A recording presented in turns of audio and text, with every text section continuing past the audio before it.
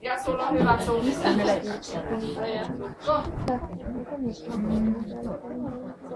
Okei, eli laukassa sisään 4 ulkoreunaa, 6 aika tasasta ja sitten vaan pitkä lähestyminen ja vesi.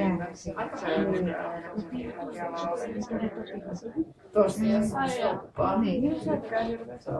Onhan sellainen kova pää, että se niinku... Ja suora hevonen. Ja rauhaa.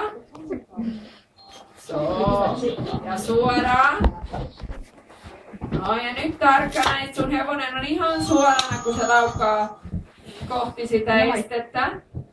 Paino kantapää, käsi hiljaa ja jatkat suoraan. No, ja eteenpäin. Ja kehut sitä. Oikein hyvin.